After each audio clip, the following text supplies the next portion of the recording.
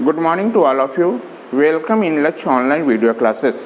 इससे पिछले क्लास में हम लोग इलेक्ट्रिक हीटिंग के बारे में जाने थे। इलेक्ट्रिक हीटिंग होता क्या है हमारा, उसका एडवांटेज और डिसएडवांटेज के बारे में जाने थे, और साथ में ही ये भी जाने थे कि इसका एप्लीकेशन कहाँ है हमारा, कहाँ इसको अप्लाइड किया जाता है।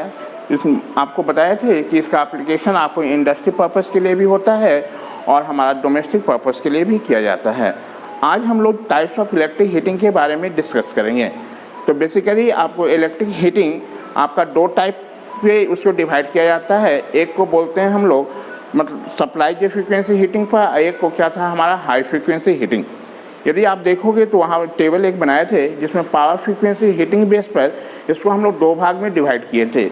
एक को हम लोग बोले थे रेजिस्टेंस हीटिंग और एक को बोले थे आर्क हीटिंग।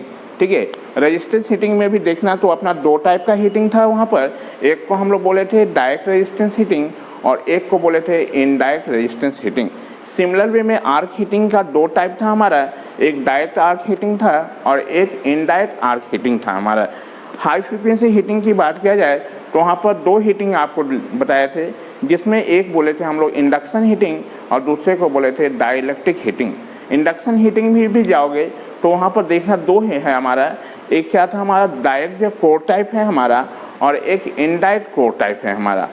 और डायरेक्ट कोर टाइप में आपको मतलब एक कोरलेस भी उसमें पढ़ना है हमारा। इतने टाइप का आपको क्या है हीटिंग है। तो आज हम लोग जो हीटिंग डिस्कस करेंगे वो कौन सा हीटिंग पर डिस्कस करेंगे, रेजिस्टेंस हीटिंग पर।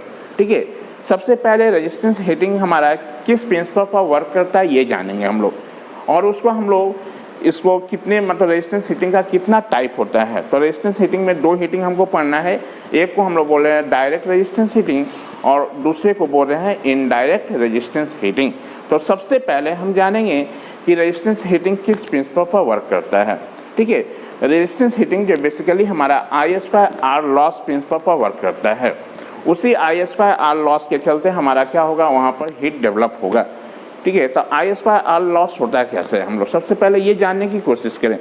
जब किसी भी रेजिस्टेंस में आप करंट पास कराओगे तो वहाँ पर हमारा उस रेजिस्टेंस के क्रॉस क्या होगा, हमारा पावर लॉस होगा, मतलब I/R लॉस होगा। इसी I/R लॉस से हम क्या करते हैं, आपको हीट जनरेट करते हैं और इसी हीट के चलते हमारा मटेरियल या चार्ज पार्टिकल हमारा क्या होता है, हीट होता है। इस प्रिंसिपल पर हमारा जो वर्क करेगा आपको उसी को हम बोल रहे हैं क्या, रेजिस्टेंस हीटिंग। उसको क्या बोल रहे हैं, रेजिस्टेंस हीटिंग। यानी resistance heating is based on the principle of I/R loss. When current passing through a resistance, जब किसी भी रेजिस्टेंस में करंट पास होगा तो वहाँ पर क्या होगा, हमारा पावर लॉस होगा, मतलब I/R लॉस होगा। उस लॉस के चलते हमारा क्या होगा, हीट जनरेट होगा हमारा। और इस हीट से यदि हम किसी चार्ज पार्टिकल को यदि हीट कर रहे हैं तो ऐसे जो वे ऑफ हीटिंग के प्रोसेस को ही हम लोग क्या बोलेंगे, रेजिस्टेंस हीटिंग। ठीक है, रेजिस्टेंस हीटिंग में आपको दो टाइप का हीटिंग हम लोग पढ़ेंगे, एक को बोलेंगे डायरेक्ट रेजिस्टेंस हीटिंग और दूसरे को बोलेंगे इनडायरेक्ट रेजिस्टेंस हीटिंग। दूसरे को क्या बोलेंगे, इनडायरेक्ट रेजिस्टेंस हीटिंग। नाम से ही पता चल रहा है डायरेक्ट रेजिस्टेंस हीटिंग हमारा।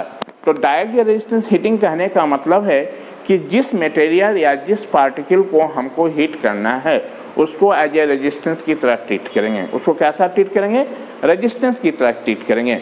मतलब जो पार्टिकल, मान लो सपोज कर लो कि हमको एल्युमिनियम को मेल्ट करना है, तो एल्युमिनियम का जो छोटा छोटा टुकड़ा होगा हमारा वो पीस में होगा हमारा, तो उस पीस जो एल्युमिनियम है उसी को हम एज ए रेजिस्टेंस की तरह ट्रीट करेंगे और उस रेजिस्टेंस में डायरेक्ट हम लोग क्या करेंगे, करंट पास करा देंगे। ठीक है, तो क्या होगा, हमारा I/R लॉस होगा। उस I/R लॉस के चलते हमारा क्या होगा, वहाँ पर हीट डेवलप होगा।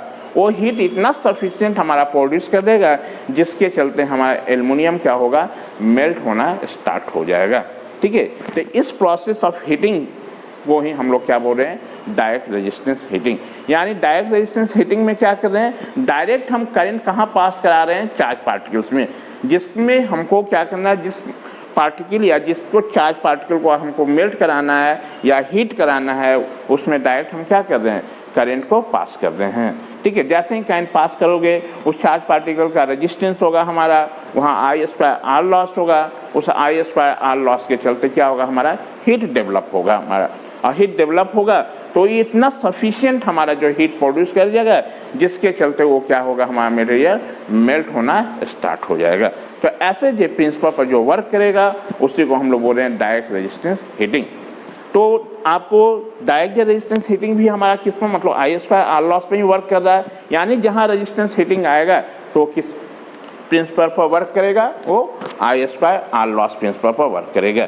तो रेजिस्टेंस हीटिंग में हम लोग दो टाइप का हीटिंग पढ़ेंगे, एक को बोलेंगे डायरेक्ट रेजिस्टेंस हीटिंग और दूसरे को क्या बोलेंगे, indirect resistance heating. Direct resistance heating में क्या करना है हमारा, तो अभी हम लोग जो डिस्कस करने जा रहे हैं वो डायरेक्ट रेजिस्टेंस हीटिंग के बारे में। इसके बाद हम लोग डिस्कस करेंगे indirect resistance heating. Direct resistance heating में जिस हमको मटेरियल या जिस पार्टिकल को हमको हीट करना है उसको एज ए रेजिस्टेंस की तरह ट्रीट करेंगे। उसको कैसे ट्रीट करना है, एज ए रेजिस्टेंस की तरह, और उसमें डायरेक्ट हम क्या करेंगे, करंट पास करा देंगे। ठीक है, डायरेक्ट क्या करेंगे, करंट पास कराएंगे। तो मान लो चार्ज पार्टिकल है, उसका तो रेजिस्टेंस है R हमारा, यदि रेजिस्टेंस R है और उसमें करंट तुम पास कराए, मान लो कोई रेजिस्टेंस हमारा है जिसका R है और इसमें करंट I पास कराओगे तो इसमें कितना हमारा पावर लॉस होगा, I2R लॉस होगा। इसी I2R लॉस के चलते वो क्या होगा, हमारा हीट आपका डेवलप होगा या हीट जनरेट होगा, और वो इतना हीट हमारा डेवलप कर देगा या जनरेट कर देगा जिसके चलते आपका चार्ज पार्टिकल मेल्ट होना स्टार्ट हो जाएगा।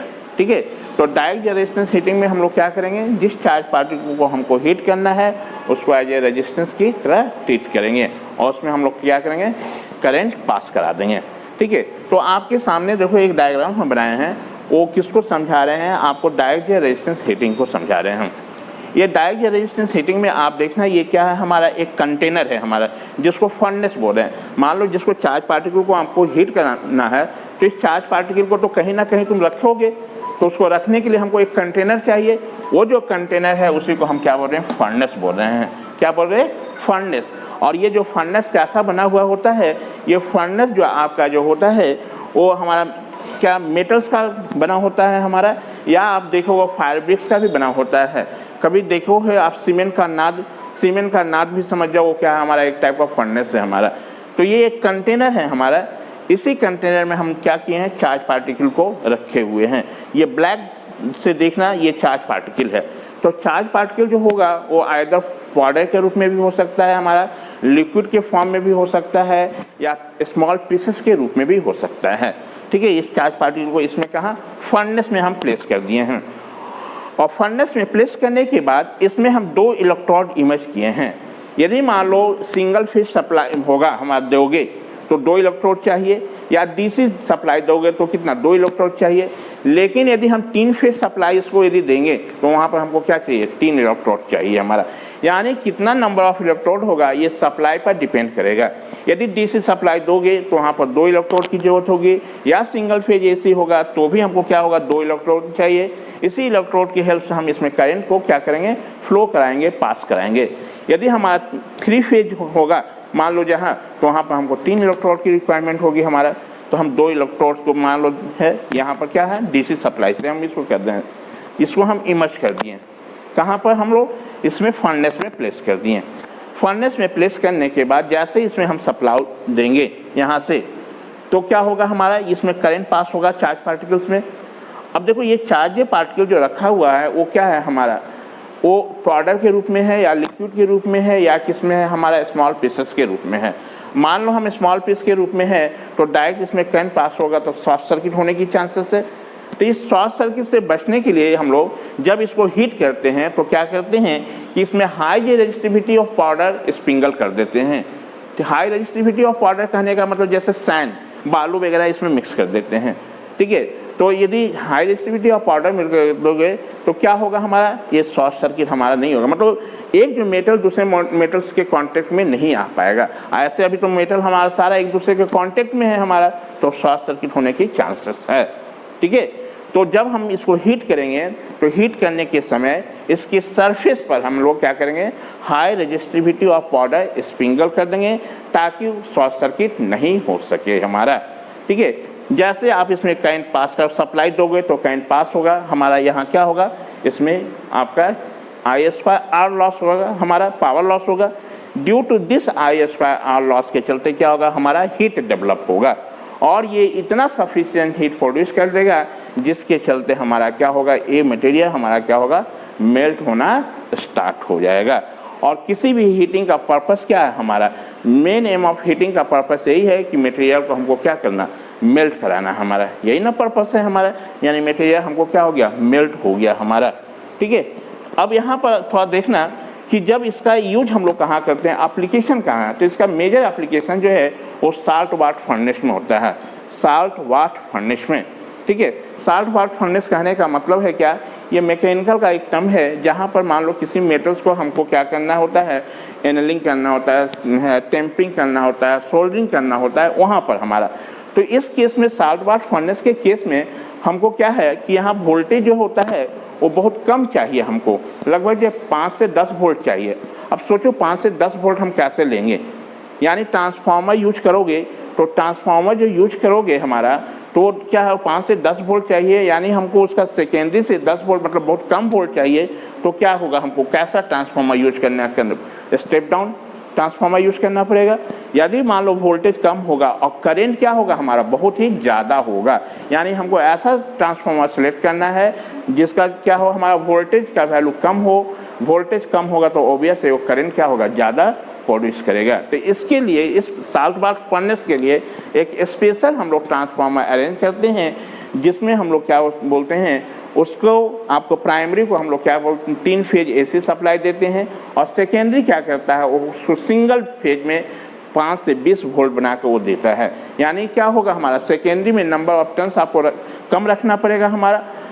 यदि वोल्टेज कम होगा तो करंट का वैल्यू क्या होगा, ज़्यादा होगा, और ज़्यादा करंट पास होगा तो ज़्यादा क्या होगा, हमारा हीट डेवलप होगा। ज़्यादा हीट डेवलप होगा तो उससे क्या हुआ, उतना ही ज़्यादा टेम्परेचर हम अटेंड कर पाएंगे। तो इसमें हम लोग देखें कि ये हीट करंट जो डायरेक्ट हमारा कहाँ पास करा रहे हैं, चार्ज पार्टिकल में पास करा रहे हैं। ठीक है, किस करंट कहाँ, डायरेक्ट हमारा चार्ज पार्टिकल में आ रहा है, यानी ऐसे हमारा मोड ऑफ जो हमारा हीटिंग होगा उसी को हम बोलेंगे क्या, डायरेक्ट रेजिस्टेंस हीटिंग। यानी करंट को हम डायरेक्ट कहाँ पास कर दिए, चार्ज पार्टिकल में। यदि इसी करंट को हम डायरेक्ट आपको चार्ज पार्टिकल में ना फ्लो करा के किन अनदर जो है वे मोड से यदि उसको हीट करते हैं तो ऐसे जो हीटिंग को हम लोग बोल देते हैं इनडायरेक्ट रेजिस्टेंस हीटिंग। यानी इनडायरेक्ट रेजिस्टेंस हीटिंग में क्या होगा, जिस चार्ज पार्टिकल को हमको हीट करना है उसमें डायरेक्ट हम करंट पास नहीं कराएंगे। तो कैसे करेगा, उस जब हम लोग उसमें देखेंगे इनडायरेक्ट रेजिस्टेंस हीटिंग के बारे में पढ़ेंगे तो जानेंगे। ठीक है, तो इसमें आप समझ गए क्या हुआ हमारा, इसमें क्या किया हम लोग, चार्ज पार्टिकल में डायरेक्टली हम लोग क्या करा दिए, करंट पास कराएं। करंट पास जैसे ही कराएं तो हमारा क्या हुआ, हीट डेवलप हो गया। हीट डेवलप हो गया तो हमारा क्या होगा, आपको I/R लॉस के चलते हीट डेवलप हुआ, उसके चलते हमारा मटेरियल क्या हुआ, मेल्ट हो गया हमारा। ठीक है, लेकिन इसमें एक क्या है हमारा कि ये चूंकि हमारा डायरेक्ट जो करंट इसमें पास करा रहा हो तो ये हीट हमारा स्वयं जनरेट कर रहा है। ठीक है, तो इसमें a large amount of heat can be produce, बहुत ज़्यादा हमारा हीट प्रोड्यूस हो सकता है। तो इस हीट को कंट्रोल करने के लिए हम चाहें कि ऑटोमेटिक यदि इसको कंट्रोल बनाना चाहें तो ये पॉसिबल नहीं है। यानी इस मेथड में ऑटोमेटिक कंट्रोल का प्रोविज़न नहीं हो सकता है, मतलब ऑटोमेटिकली हम कंट्रोल इसको नहीं कर सकते हैं हमारा। ठीक है, तो ऑटोमेटिकली कंट्रोल आपका इसको बनाना हमारा क्या पॉसिबल नहीं है हमारा ये। तो और क्या है, ये हीट आपका ज़्यादा क्या होगा, प्रोड्यूस कराएगा, हमारा यूनिफॉर्म होगा ये। तो ऐसे जो मेथड ऑफ हीटिंग को ही हम लोग क्या बोलते हैं, रेजिस्टेंस हीटिंग। समझ में आया कि डायरेक्ट रेजिस्टेंस हीटिंग क्या होता है। इतने चीज़ जो बताए हैं इसी को हम लोग स्टेप बाय स्टेप आपको इससे हम समझाएंगे। जो बोले हैं वही यहाँ पर हम लिखे हुए भी हैं। सबसे पहले हम देखिए बताए थे कि रेजिस्टेंस हीटिंग किस प्रिंसिपल पर वर्क करता है। This method is based upon I/R loss, मतलब ये मेथड किस पर बेस्ड है, हमारा I/R लॉस पर। When current is passed through a resistive material, heat is produced due to I/R loss। बताए थे जब किसी भी रेजिस्टेंस में तुम करंट पास हो कराओगे तो I/R लॉस होगा हमारा। ठीक है, इसी I/R लॉस के चलते वहाँ पर क्या होगा, हमारा हीट जनरेट होगा हमारा। और इसी I/R लॉस के चलते जो हीट जनरेट हो रहा है, ऐसे हीटिंग को ही हम लोग क्या बोल रहे हैं, resistance heating. There are two methods of resistance heating. Resistance heat को हीट करने का कितना 2 मेथड है। एक को हम बोल रहे हैं डायरेक्ट रेजिस्टेंस हीटिंग मेथड, दूसरे को क्या बोल रहे हैं indirect resistance heating method. Direct resistance heating method में आ जाओ। In this method of heating the material or charge to be heated is taken as a resistance. बताए थे कि जिस मटेरियल या चार्ज पार्टिकल को हमको हीट करना है उसको डायरेक्ट हम रेजिस्टेंस की तरह ट्रीट करेंगे, है ठीक है। The charge may be in the form of powder, liquid और पीसेस। आपका चार्ज जो पार्टिकल होगा वो किसके रूप में हो सकता है, पाउडर के फॉर्म में भी हो सकता है, लिक्विड के फॉर्म में भी हो सकता है और स्मॉल पीस के रूप में भी हो सकता है, ठीक है। इन केस ऑफ डीसी और single phase AC 2 electrodes are required. ये भी बताए थे कि यदि मान लो इसमें तुमको करंट पास कराना है तो डिपेंड करेगा हमारा सप्लाई पर। यदि एसी सप्लाई सिंगल फेज दोगे तो वहाँ 2 इलेक्ट्रोड चाहिए और डीसी दोगे तो डीसी में तो एक प्लस और माइनस ही होता है, तो भी वहाँ 2 इलेक्ट्रोड चाहिए। लेकिन यदि 3 फेज सप्लाई दोगे तो उस केस में हमको कितना 3 इलेक्ट्रोड्स की जरूरत होगी। In case of DC or single phase AC, 2 electrodes are required, but there will be 3 electrodes in case of 3 phase supply. 3 phase supply में कितना 3 इलेक्ट्रोड चाहिए, ठीक है। When the metal pieces are to be heated, a powder of high resistivity material is sprinkled over the surface to avoid direct short circuit. ये भी बताए थे जब हम इसको हीट करेंगे तो चूंकि ये जो मेटल का पीस हमारा है यदि एक दूसरे के कांटेक्ट में आएगा तो शॉर्ट सर्किट हो जाएगा। तो इस शॉर्ट सर्किट से हमको बचाना है, तो शॉर्ट सर्किट बचाने के लिए यहाँ पर क्या करते हैं हाई रेजिस्टिविटी ऑफ पाउडर को इस पर छिड़क देते हैं इसके सरफेस पर, ताकि हमारा ये मेटल एक दूसरे के कांटेक्ट में नहीं आ पाए हमारा। वही बोला गया when metal pieces are to be heated, जब मेटल पीस को हमको क्या करना है गर्म करना होगा, heated. A powder of high resistivity का पाउडर हम लोग कहाँ पर स्प्रिंकल मतलब होता है छिड़कना, ओवर द सरफेस इसके सरफेस पर, टू अवॉइड मतलब क्यों बचाने के लिए डायरेक्ट शॉर्ट सर्किट, ताकि हमारा शॉर्ट सर्किट नहीं हो सके, ठीक है। The current flow to the charge and heat is produce. इसमें क्या होगा यहाँ से सप्लाई टूब दोगे तो इलेक्ट्रोड की हेल्प से ये करंट इसमें पास होगा और हमारा क्या होगा आपको the current flow through the charge and heat is produce. Heat कैसे प्रोड्यूस होगा, क्योंकि ये आपका जो चार्ज पार्टिकल उसका रेजिस्टेंस है हमारा आर, इसमें करंट आई पास कराया, आई स्क्वायर आर लॉस होगा। इस आई स्क्वायर आर लॉस के चलते यहाँ क्या होगा हमारा इस फर्नेस में हमारा हीट जनरेट होगा या बोलो हीट डेवलप होगा due to I square R loss के चलते, ठीक है। इस मेथड का जो हमारा एफिशिएंसी बहुत ही ज़्यादा होता है, क्योंकि हमारा क्या है डायरेक्ट हम करंट इसमें पास करा रहे हैं, किसी मीडियम के हेल्प से नहीं कर रहे हैं हम लोग, डायरेक्ट हीट को क्या कर रहे हैं डायरेक्ट इसमें हम लोग करंट पास करा रहे हैं। दिस मेथड है high efficiency since heat is produce in the charge itself, क्योंकि हीट जो हमारा ये प्रोड्यूस चार्ज में जो कर रहे हैं स्वयं हो रहा है, इसके किसी मीडियम किसी मोड में नहीं है, आज कंडक्शन या कन्वेक्शन या रेडिएशन से ये नहीं हो रहा है हमारा, डायरेक्ट ये खुद चार्ज पार्टिकल क्या कर रहा है हीट जनरेट कर रहा है, जिसके चलते इसका एफिशिएंसी क्या होगा ज़्यादा होगा, ठीक है। ये भी बताया था क्योंकि इसका हीट इतना ज़्यादा जनरेट करता है इसलिए इसमें ऑटोमेटिक कंट्रोल की प्रोविजन नहीं कर दे सकते हैं। ऑटोमेटिक जो टेम्परेचर कंट्रोल इज नॉट जो पॉसिबल इन दिस मेथड, नहीं हो सकता है, but it gives uniform heat and high temperature. लेकिन ये हीट जो होगा क्या होगा यूनिफॉर्म देगा, मतलब एक समान देगा हमारा, ठीक है। इसका एप्लीकेशन आपको कहाँ बताए थे साल्ट वाटर फर्नेस में। One of the major application of the process is salt water furnace, salt water furnace में।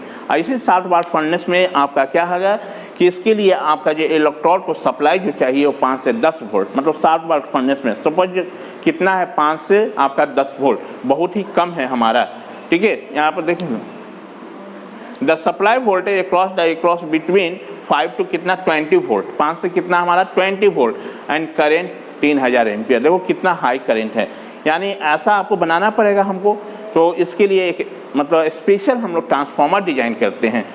For this purpose A special double bond transformer is required which makes of 3 phase primary and 1 phase secondary, ठीक है।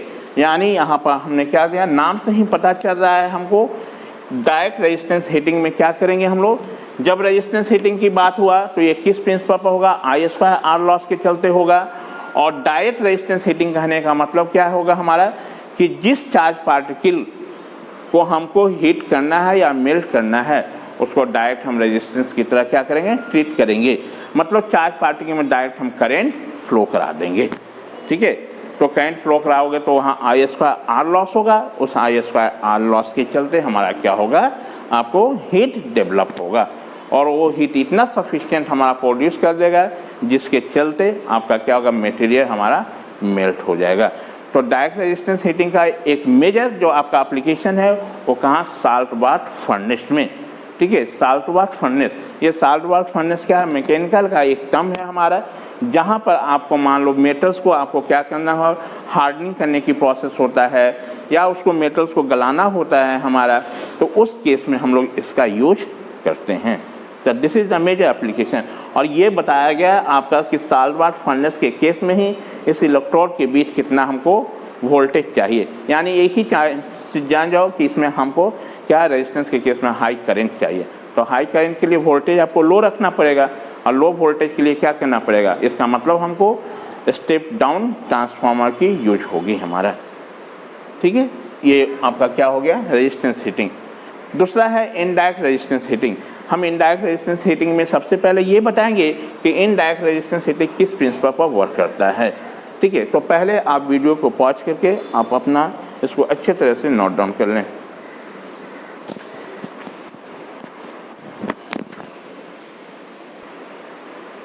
अब हम लोग indirect resistance heating के बारे में जानेंगे कि सबसे पहले इनडायरेक्ट रेजिस्टेंस हीटिंग हमारा कैसे वर्क करता है। ठीक है, तो जहाँ भी रेजिस्टेंस हीटिंग होगा तो रेजिस्टेंस हीटिंग तो आई स्क्वायर आर लॉस पर वर्क करेगा हमारा, लेकिन इसमें एक वर्ड लगा हुआ है इनडायरेक्ट रेजिस्टेंस हीटिंग। ठीक है, तो इस किस प्रिंसिपल पर कैसे वर्क करता है हमारा, तो इसमें क्या होता है हमारा, जिस चार्ज पार्टिकल को हमको हीट करना है उसमें हम डायरेक्ट करंट पास नहीं कराते हैं। ठीक है, यानी हमारा डायरेक्ट जो करंट उसमें पास नहीं हो रहा है, इसका मतलब है कि हमको करंट तो पास कराना होगा कहीं। तो इस केस में हम लोग जो करंट जो पास कराते हैं एक हाई रेजिस्टेंस में, इसके लिए एक हम लोग हीटिंग एलिमेंट डिजाइन करते हैं। ठीक है, सबसे पहले एक क्या हम लोग डिजाइन करते हैं, जहां आपको करंट पास कराना है तो उसके लिए एक हाई रेजिस्टेंस चाहिए। तो हाई रेजिस्टेंस के लिए हम लोग क्या, करंट पास कराने के लिए यहाँ पर एक हीटिंग एलिमेंट हम लोग मतलब हीटिंग एलिमेंट एक डिजाइन करते हैं हम लोग। ठीक है, और हीटिंग एलिमेंट में हम लोग क्या करते हैं, करंट पास कराते हैं। तो करंट पास कराने से वो हमारा हीटिंग एलिमेंट में आई स्क्वायर आर लॉस होता है, जिसके चलते वहाँ पर क्या होता है, हमारा हीट डेवलप होता है। ठीक है, और ये हीट जो डेवलप हुआ हमारा, इसको हम लोग क्या करते हैं, आइदर कंडक्शन या कन्वेक्शन या रेडिएशन के प्रोसेस से हम लोग फिर जिस चार्ज पार्टिकल को हमको हीट करना होता है उसके पास हम लोग भेजते हैं हम लोग। ठीक है, तो इसमें आपका आइदर जो हीट का जो ट्रांसफर हो सकता है, आइदर कंडक्शन से भी हो सकता है, चाहे रेडिएशन से भी हो सकता है, या कन्वेक्शन प्रोसेस से भी हो सकता है। हमारा किसी एक मोड से हम लोग हीट को क्या करेंगे, वहाँ पर ट्रांसफ़र कराएंगे।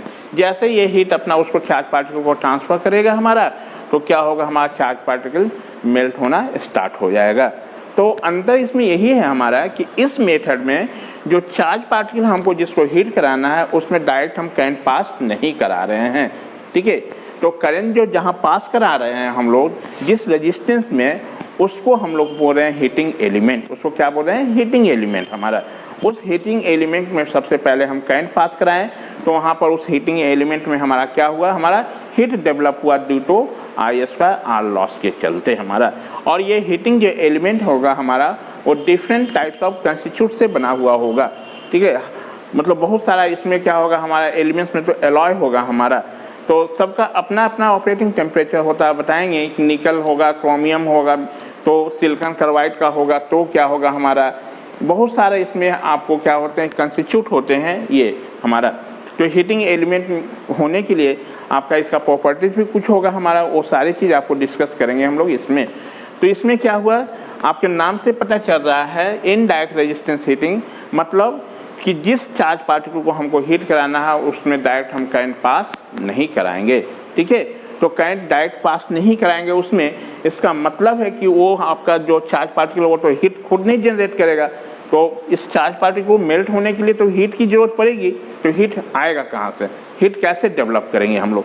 तो इस मेथड में करंट जो है हम लोग एक हाई रेजिस्टेंस में जहाँ पास करते हैं, मतलब उस रेजिस्टेंस को हम लोग हीटिंग एलिमेंट बोलते हैं। उस हीटिंग एलिमेंट में हम लोग क्या करते हैं, करंट पास कराते हैं, तो वहाँ वो क्या करता है, हीट हमारा डेवलप होता है। वो हीट जो डेवलप हुआ वो फर्दर अपना हीट क्या करेगा, ट्रांसफ़र करेगा। तो हीट ट्रांसफ़र करने के लिए 3 मोड है हमारे पास, आइदर कंडक्शन है, नहीं तो कन्वेक्शन प्रोसेस है, नहीं तो रेडिएशन प्रोसेस, यही 3 है। इस 3 में से किसी एक प्रोसेस के हेल्प से हम लोग क्या करेंगे, हीट को आपको ट्रांसफ़र करेंगे। ये हीट अपना ट्रांसफ़र चार्ज पार्टिकल को करेगा हमारा। तो ये हीटिंग जो एलिमेंट जो होगा वो कहाँ रखा हुआ होगा, वो डिपेंड करेगा नेचर ऑफ जॉब पर हमारा। ये टॉप में भी हो सकता है, बॉटम में भी हो सकता है और साइड में भी हो सकता है। ये किस पर डिपेंड करेगा, नेचर ऑफ जॉब पर हमारा।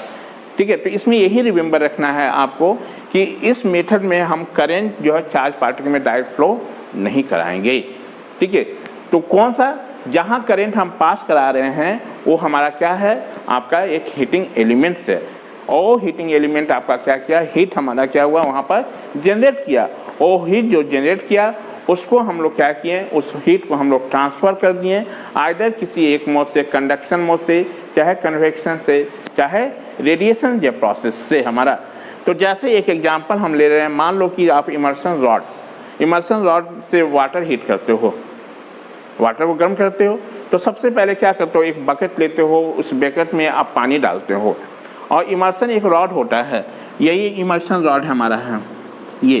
तो इसी इमर्शन जो रॉड जो है हमारा, इसके अंदर क्या है, हमारा हीटिंग एलिमेंट है। मतलब इसमें क्या है, एक वायर लगा हुआ जो रेजिस्टेंस है, कॉइल है हमारा।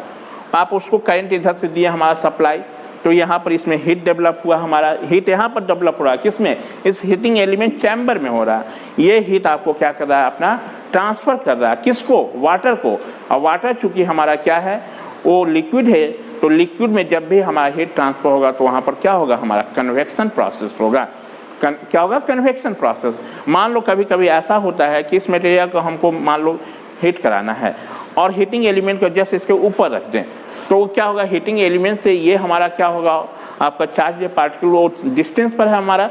तो उस केस में हीट अपना इसको जो ट्रांसफ़र करेगा हमारा, वो कौन सा हमारा होगा, वहाँ पर रेडिएशन प्रोसेस होगा। वहाँ पर क्या होगा, रेडिएशन भी होगा और साथ में क्या होगा, हमारा कंडक्शन भी होगा। तो हीट जो है वो जो यहाँ डेवलप करेगा वो क्या करेगा, आपको ट्रांसफ़र कहाँ पर, हमारा जिसको हमको हीट करना है, आइदर कंडक्शन प्रोसेस से, नहीं कन्वेक्शन प्रोसेस से, और नहीं तो किससे करेगा, रेडिएशन प्रोसेस से। मतलब इसमें आपका क्या होगा, ये चार्ज पार्टिकल खुद हीट डेवलप नहीं करेगा। ठीक है, तो खुद हीट डेवलप नहीं करेगा, तो इसमें क्या होगा, हमारा हीट जो होगा वो आपका जितना हमारा डायरेक्ट रेजिस्टेंस हीटिंग प्रोड्यूस कर रहा था, हीट डेवलप उतना तो ये नहीं कर पाएगा हमारा। ठीक है, यानी उतना टेम्परेचर तक इसमें हम लोग हीट डेवलप नहीं कर सकते हैं। इसलिए इस केस में हमारा ऑटोमेटिक जो टेम्परेचर कंट्रोल का प्रोविज़न है, इसको हम लोग ऑटोमेटिकली कंट्रोल बना सकते हैं। इसका बहुत सारा एग्जांपल्स है, हम लोग यूज है, डोमेस्टिक पर्पस में भी होता है। जैसे मान लो आजकल देखे होंगे आप, जो है ओवन का यूज करते हो फॉर कुकिंग के लिए हमारा, तो इंडस्ट्री में भी कुकिंग के लिए ओवन बनाया जाता है। तो ये ओवन में यही प्रिंसिपल होता है हमारा। वहाँ पर क्या होता है, ओवन एक होता है, इस टाइप का ओवन हमारा, ये इसी के चारों ओर आपका क्या है, हमारा ये हीटिंग एलिमेंट है। और हीटिंग एलिमेंट जो होगा वो सर्कुलर शेप में भी हो सकता है और रेक्टेंगुलर शेप में भी हो सकता है हमारा। समझ में बात आई, ये सारा बहुत सारे एग्जाम्पल्स हैं हमारा। तो हीटिंग आपका क्या हुआ, इनडायरेक्ट रेजिस्टेंस हीटिंग कहने का मतलब क्या होगा कि इसमें जिस चार्ज पार्टिकल को हमको हीट कराना है उसमें डायरेक्ट करंट पास नहीं करेंगे। तो हम लोग करंट जहाँ पास कर रहे हैं उसको हम लोग क्या बोल रहे हैं, हीटिंग एलिमेंट। उस हीटिंग एलिमेंट में करंट पास कर रहे हैं, वो हीटिंग एलिमेंट क्या कर रहा है, हमारा हीट डेवलप कर रहा है ड्यू टू I/R लॉस के चलते। और वो हीट फिर अपना ट्रांसफ़र कर रहा है किसको, जिस बॉडी मतलब जिस चार्ज पार्टिकल को हमको हीट करना है उसको, आइदर कंडक्शन प्रोसेस से, नहीं कन्वेक्शन प्रोसेस से, और नहीं तो किससे, रेडिएशन प्रोसेस से करेगा। इसमें भी सप्लाई आपका AC हो सकता है और DC भी हो सकता है हमारा। और इसमें सबसे बड़ा चीज़ क्या है, इसको हम लोग मतलब ऑटोमेटिक टेम्परेचर कंट्रोल बना सकते हैं, जबकि वहाँ पर आपका डायरेक्ट रेजिस्टेंस में नहीं बना सकते थे हमको, क्योंकि इतना ज़्यादा हीट हमारा डेवलप कर रहा था, उस हीट को हम ऑटोमेटिकली कंट्रोल नहीं कर सकते हैं। ये दोनों में डिफरेंस है, इसी चीज़ को यहाँ पर बताए हैं। देख लो फिर से, इन this method the current is passed through a high resistance wire known as heating element, which is either they place above or below the oven depending upon the nature of the job to be perform. कहने का मतलब क्या बताएं कि इस method में current जो पास कराएंगे हाई रेजिस्टेंस वायर से, जिस रेजिस्टेंस वायर से करंट पास कराओगे उसको क्या बोल रहे हैं हम लोग, हीटिंग एलिमेंट। और इस हीटिंग एलिमेंट को कहाँ हम लोग इसको प्लेस करेंगे, मतलब जिस चार्ज पार्टिकल को मेल्ट करना है हमको उसके ऊपर भी रख सकते हैं, साइड में भी रख सकते हैं या बॉटम पर भी रख सकते हैं। ये डिपेंड करेगा नेचर ऑफ जॉब पर, मतलब किस तरह से हमको कौन सी मटेरियल को हमको क्या कराना है, मेल्ट कराना है उस पर। The heat produce due to I square R loss in the क्या एलिमेंट, एलिमेंट कहने का मतलब हीटिंग एलिमेंट। इस हीटिंग एलिमेंट में क्या होगा, हमारा हीट प्रोड्यूस होगा किसके चलते, due to I square R loss के चलते। इस ट्रांसफर, ये हीट जो प्रोड्यूस करेगा वो ट्रांसफर करेगा किसको, to the body to be heated, मतलब उस बॉडी को जिसको हमको हीट करना है, बाय वन और मोर मोड ऑफ हीट ट्रांसफर, मतलब हीट ट्रांसफर का एक या आपका इससे ज़्यादा मेथड से। कौन कौन सा, आइदर बाय कंडक्शन, कन्वेक्शन और रेडिएशन प्रोसेस से। Automatic temperature control can be provided in this case, इस केस में हमारा है ऑटोमेटिक कंट्रोल का। Both AC and DC supply can be used for this purpose and full main voltage depending upon the design of heating element, मतलब आप इसमें AC और DC दोनों यूज कर सकते हो, वो डिपेंड हमारा किस पर करेगा, आपका हीटिंग एलिमेंट के डिजाइन पर। और हीटिंग एलिमेंट जो डिजाइन किया जाता है आइदर इसमें सर्कुलर शेप में होगा, नहीं तो क्या होगा, रेक्टेंगुलर शेप में। बहुत सारा एग्जाम्पल है। This method of heating is used in room heaters, immersion water heaters, various types of resistance oven, use in domestic and commercial cooking, मतलब इसका कहाँ कहाँ यूज होगा। वाटर हीटर आप देख रहे हो, फैमिलियर हो इससे, ठीक है, इमर्शन वाटर हीटर से फैमिलियर हो, रूम हीटर से भी फैमिलियर हो आपको। ये सारा जो एग्जाम्पल्स है वो किसका है, हमारा इनडायरेक्ट रेजिस्टेंस हीटिंग का। और यहाँ पर डायग्राम में भी आप देख रहे हो कि ये क्या है, हमारा चार्ज पार्टिकल है। इस चार्ज पार्टिकल में देखो तो कहीं करंट पास हो रहा है क्या, नहीं। तो इस चार्ज पार्टिकल में हीट कैसे ट्रांसफर हो रहा है, सबसे पहले ये हीटिंग एलिमेंट है, ये देखो इसी हीटिंग एलिमेंट में यहाँ से हम सप्लाई दिए, जैसे सप्लाई दिए तो ये रेजिस्टेंस में आई स्क्वायर आर लॉस के चलते ये क्या होगा, हीट होगा हमारा। तो यहाँ हीट डेवलप हुआ किस में, हमारा ये हीटिंग एलिमेंट चैम्बर में। हमारा ये हीटिंग एलिमेंट को हम क्या किए हैं, एक सराउंडेड कर दिए हैं, एक सिलेंडर शेप दे दिए हैं हम, क्योंकि डायरेक्ट तो आप इसमें नहीं कर सकते हो, तो इसको एक हम सिलेंडर शेप में दे दिए हैं हमारा। और इसके बगल में देखो क्या है, चार्ज पार्टिकल रखा हुआ है, और चार्ज पार्टिकल को जिसमें प्लेस किए हैं वो क्या है, हमारा फर्नेस है हमारा, ठीक है। इसको कोई जैकेट भी लिखता है वहाँ पर। अब क्या होगा, यहाँ हीटिंग एलिमेंट में हमारा क्या होगा, हीट डेवलप होगा। ये हीट जब डेवलप होगा तो इससे हमारा क्या हो रहा है, ये आपका सिलेंडर में ये अपना हीट डेवलप इसमें किया हमारा, और ये हीट डेवलप करेगा तो ये हीट को क्या करेगा, ट्रांसफ़र करेगा हमारा। और ये ट्रांसफ़र जो करेगा कौन सा मोड होगा, वो कंडक्शन होगा, कन्वेक्शन होगा कि रेडिएशन होगा, ये डिपेंड करेगा चार्ज पार्टिकल किस फॉर्म में है। आइदर मान लो लिक्विड के फॉर्म में हो सकता है, या आपका क्या होगा, पीस के रूप में भी हो सकता है, या पाउडर के रूप में होगा। यदि मान लो पीस के रूप में होगा तो उस केस में कंडक्शन प्रोसेस होगा। यदि वाटर लिक्विड के फॉर्म में होगा तो हमारा क्या हो जाएगा, उस केस में आपका लिक्विड के फॉर्म में होगा तो कन्वेक्शन होगा। और मान लो इसको हम यहाँ ना रख के चार्ज पार्टिकल को इसके नीचे रख देते हैं, इसके मतलब हीटिंग एलिमेंट के जस्ट बिलो, तो उस केस में हमारा क्या हो जाता है, रेडिएशन प्रोसेस होता है।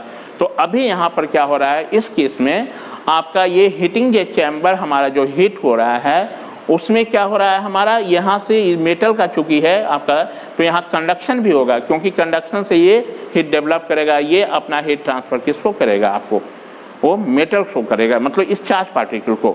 और चार्ज पार्टिकल किस फॉर्म में है, उस फॉर्म में आपका, यदि मान लो ये सॉलिड के फॉर्म में होगा तो कंडक्शन होगा, यदि लिक्विड के फॉर्म में होगा तो कन्वेक्शन होगा हमारा। और यदि इसी को हम चार्ज पार्टिकल को हीटिंग एलिमेंट से जस्ट बिलो रख देते हैं, नीचे रख देते हैं, तो उस केस में हमारा क्या हो जाता है, रेडिएशन प्रोसेस होता है हमारा, ठीक है। तो दोनों में थोड़ा सा डिफरेंस है। डायरेक्ट रेजिस्टेंस हीटिंग में क्या था हमारा, मतलब चार्ज पार्टिकल हीट खुद डेवलप कर रहा था, इसमें आपका चार्ज पार्टिकल हीट खुद डेवलप नहीं कर रहा है। यही दोनों में बेसिक डिफरेंस है। अब ये हीटिंग एलिमेंट की बात किया जाए तो हीटिंग एलिमेंट कैसा होना चाहिए। जब हीटिंग एलिमेंट को डिजाइन करोगे तो हीटिंग एलिमेंट को अच्छा होने के लिए कुछ कंडीशन है। कंडीशन क्या है, उसका मेल्टिंग जो पॉइंट जो होना चाहिए वो हाई होना चाहिए। मेल्टिंग पॉइंट क्या होना चाहिए, हाई होना चाहिए आपको। उसके बाद इसका जो रेजिस्टेंस टेम्परेचर जो कॉफिशिएंट होना चाहिए वो लो होना चाहिए हमारा, टेम्परेचर कोएफिशिएंट क्या होना चाहिए, लो होना चाहिए, हाई मेल्टिंग पॉइंट होना चाहिए, ठीक है, आपका पॉजिटिव टेम्परेचर कोएफिशिएंट होना चाहिए, हाई डक्टिबिलिटी होना चाहिए, हमारा हाई मैकेनिकल स्ट्रेंथ होना चाहिए। ये सारा क्या होगा, मतलब हीटिंग एलिमेंट को, मतलब ये कंडीशंस को सेटिस्फाइड करेगा तो हम कहेंगे कि वो हीटिंग एलिमेंट अच्छा माना जाएगा, ठीक है। तो इसके अगले जो क्लास में हम लोग मतलब हीटिंग एलिमेंट का आपका प्रॉपर्टीज पढ़ेंगे, और हीटिंग एलिमेंट आपका जो होता है मतलब डिफरेंट एलॉय से मिलकर बना हुआ रहता है। कौन सा हीटिंग एलिमेंट हमारा कितना टेम्परेचर अटेंड करेगा, वो हमारा हीटिंग एलिमेंट किस किस आपका एलॉय से मिलकर बना हुआ उस पर डिपेंड करेगा, जो कि हम लोग इसके बाद वाले क्लास में, नेक्स्ट क्लास में हम लोग डिस्कस करेंगे। आप इतना पॉइंट आउट कर लेंगे।